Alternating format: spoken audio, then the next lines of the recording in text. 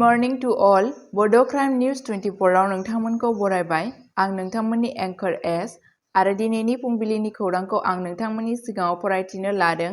आसा खालामो नोंथांमोना खौरांखौ जोबजासे खोनासंगोन।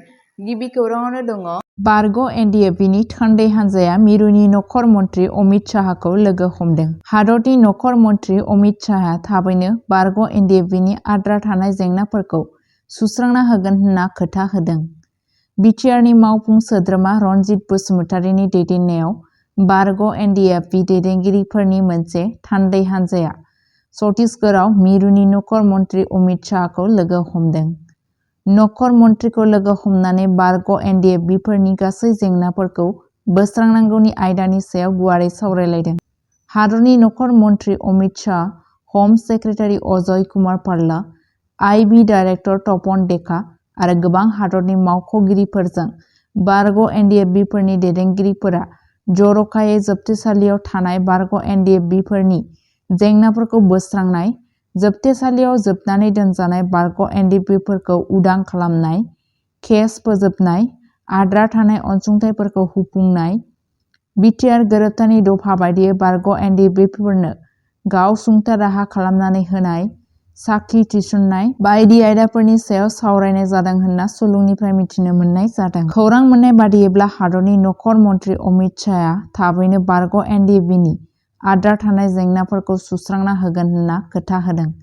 बे सावरायलायनायाव बिटिआरनि मावफुं सोद्रोमा रनजित बसुमतारी, एक्स NDFB वेलफेयार एस'सिएशननि गाहाय नेहाथारि दिलरन्जन नार्जारी, लोगो आफादगिरि बिनुएल औवारी, नेहाथारि BK अलंबार आरो रां लाथुमगिरि सहेन औवारी बिथांमोनहाबो बाहागो लाफादोंमोन। लोगोसे आद्रा थानाय बिटिआर गोजोन गोरोबथानि दफाफोरखौ गोख्रोङै खामानि मावनो खावलायदेरो।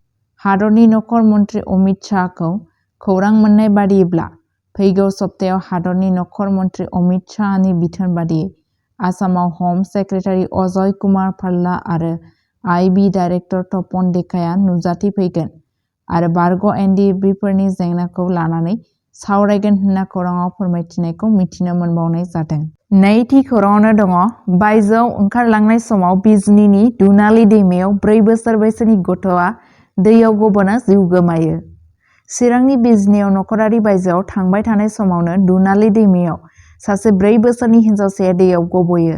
रुंसारि जानाय गथ'खौ बरबि बसुमतारी होनना सिनायथि होनाय जादों, जाय 1 नं पेटागावनि थागिरि आरो जोंमा रेसिडेन्सियेल बड' मिडियाम सिनियर सेकेन्डारि स्कुलनि LKGनि फरायसामोन। नखरा रबिबाराव बङाइगावनि मौथारायाव दैमानि रुगुङाव बरबिनि जोनोम सानखौ पिकनिकजों फालिनो थांदोंमोन। बबेखानि फालिथायनि गेजेराव गथ'आ गोमोथावै गोमादोंमोन। समबाराव बिथांजोनि जिउ गैयि गोथै सह'खौ दैमायाव गोजावना थानाय नुनो मोन्दोंमोन। गेरुकाबारि आउट पस्टनि पुलिस मावख'गिरिफोरा गोख्रोङै जाथाय जानाय जायगायाव सौहैयो, गोथै सह'खौ बोखांनो हायो आरो पस्टमर्टेम आनजादनि थाखाय बङाइगावसिम दैथायहरो। बरबिया बिजनी कुमारसालिनि थागिरि अशोक बसुमतारीनि फिसाजोमोन। बे दुखुनांथाव खहा जानाया बिथांजोनि नखर आरो जायगानि सुबुं समाजखौ दुखुआव खोख्लैदों, जाय ओनसोलाव दुखुनि साया खोख्लैदों। बरबिया बिजनीनि कुमारसालिनि थागिरि अशोक बसुमतारीनि फिसाजोमोन। बे दुखुनांथाव खहा जानाया बिथांजोनि नखर आरो जायगानि सुबुं समाजखौ दुखुआव खोख्लैदों, जाय ओनसोलाव दुखुनि साया खोख्लैदों। थामथि खौराङावनो दङ RPFआ गुवाहाटीआव मानसि लांखारनाय नाजानायखौ फेलें खालामदों। 2 उन्दै गथ'साफोरखौ रैखा खालामदों। गुवाहाटीनि कामाख्या रेलवे स्टेशनाव रेलवे रैखाथि हानजा RPFआ 2 उन्दै गथ'साफोरखौ मानसि लांखारनायनि बोलि जानांनायनि सन्देहआव जाफुंसारै रैखा खालामदों।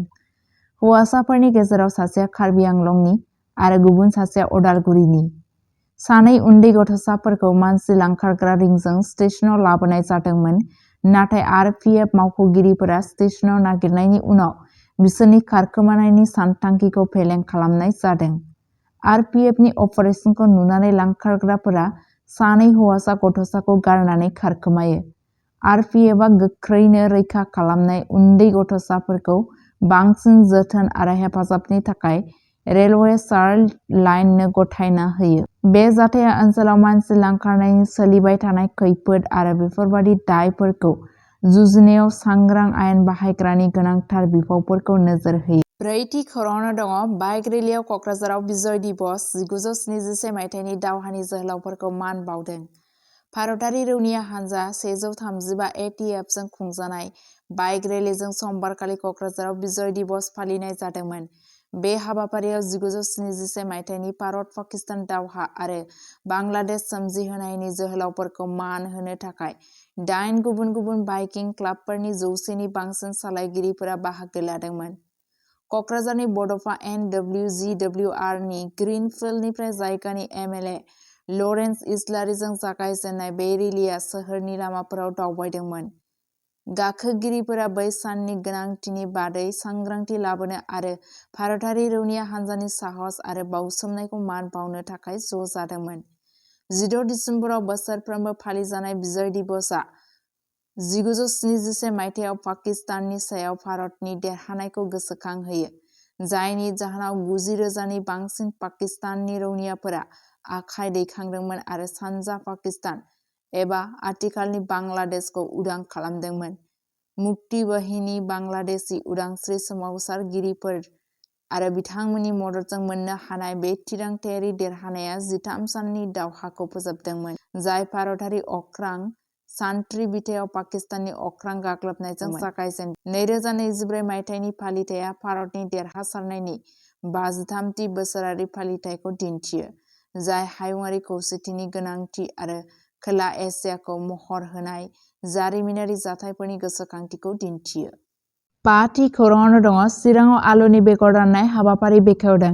चिरांनि आबाद बिफाना मैया चिरांनि काजलगावआव थानाय सुपारभाइजार ट्रेनिं सेन्टाराव आलुनि जोलैखौ फालिथायारि महरै रानना होदों। बे हाबाफारियाव मानगोनां MLA श्री निर्मल कुमार ब्रह्मजों लोगोसे बिफाननि गुबुन गोजौ थाखोनि मावख'गिरिफोरा बाहागो लादोंमोन। बे हाबाफारिनि थांखिया आबादारि दिहुनथायखौ बांहोनाय आरो BTRनि सिङाव आबाद खोन्दोखौ गुबुन गुबुन खालामनाय। बेयो आबादारिफोरखौ दिहुनथायखौ साबसिन खालामनो आरो अरायथा आबाद मावनाय आदबफोरखौ जौगाहोनो थाखाय गुन गोनां इनपुटफोरजों सुजुनो बिफाननि सोलिबाय थानाय नाजानायनि। बे हाबाफारियाव बाहागो लानानै श्री ब्रह्मआ ओनसोलारि आबादफोरखौ गोहो होनाय आरो गामियारि रांखान्थिखौ गोख्रों खालामनायाव बेफोरबादि हाबाफारिफोरनि गोनांथिनि सायाव नोजोर होयो। गागि मावख'गिरिफोरा गोसो होनानै बुंदोंमोन दि बे हाबाफारिया आबाद सेक्टराव जौगानाय आरो थाद'नो हानाय गोहोखौ बांहोनो थाखाय BTC खुंथायनि रादायखौ दिन्थियो। मुलाम्फा मोनग्रा आबादारिफोरा मददनि थाखाय साबायखर बावदोंमोन, मिजिं थिदोंमोन दि बेयो ओनसोलाव साबसिन आबाद दैखांनाय आरो जिउ राहाखौ बांहोनायाव बिहोमा होगोन। 6थि खौराङाव दङ 21थि उपेन्द्रनाथ ब्रह्म सुबुंथिनि फायखि बान्था 2024 खौ पद्मश्री अनुराधा खैरेलानो गथायगोन। उपेन्द्रनाथ ब्रह्म ट्रास्टआ मुंदांखा समाज सिबियारि आरो माइती नेपालनि गायसनगिरि पद्मश्री अनुराधा खैरेलाखौ 21थि उपेन्द्रनाथ ब्रह्म सोल्जार अफ हिउमेनिटी बान्था 2024 मोनगिरि महरै फोसावदों। बे मानगोनां बान्थाया मानसि लांखारनायजों जुजिनाय, थांना थानायफोरखौ रैखा खालामनाय आरो 50,000निबो बांसिन सुबुंफोरखौ मानजों गावसोरनि जिउखौ दाफिननो थाखाय गोहो होनायाव बिथांजोनि मेंनो रोङै नाजानायखौ गनायथि होयो। अनुराधा खैरेला, जायखौ गोबां समावनो नेपालनि मादार टेरेसा बुंनाय जायो, न्याय आरो सनमानथिनि फारसे गावनि बाउसोमनायनि थाखाय मुलुगनां सिनायथि मोननो हादोंमोन। बिथाङा 22 दिसेम्बर 2024 खालि फुंनि 10 रिंगायाव बड'फा कालचारेल कमप्लेक्सआव क'क्राझार BTRआव बान्थाखौ आवजागोन। बिथाङा 22 दिसेम्बर 2024 खालि फुंनि 10 रिंगायाव बड'फा कालचारेल कमप्लेक्सआव क'क्राझार BTRआव बान्थाखौ आजावगोन। सुबुं माहारिनि उपेन्द्रनाथ ब्रह्म सोल्जार अफ हिउमेनिटी बान्थाखौ बोसोरफ्रोमबो गथायनाय जायो, जाय सुबुंनि सुबुं नाजानायाव नोजोरगोनां बर' दैदेनगिरि बड'फा उपेन्द्रनाथ ब्रह्मनि बेसेनफोरखौ महर होयो। ट्रास्टआ बयखौबो बे मुंख'जाथाव फालिथायखौ फालिनायाव बाहागो लानो थाखाय हांख्रायहरदों। बड' क्राइम निउज 24 खौ नायनायनि थाखाय साबायखर। सानफ्रोमबो बड'लेण्ड आरो बिनि बायजोनि खौरां आरो आपडेटनि थाखाय बड' क्राइम निउज 24 चेनेलखौ अन्नानै नोंथांमोना साबस्क्राइब खालामनानै ला आरो लोगोफोरनोबो शेयार खालामनानै हो। गोजोन्थों।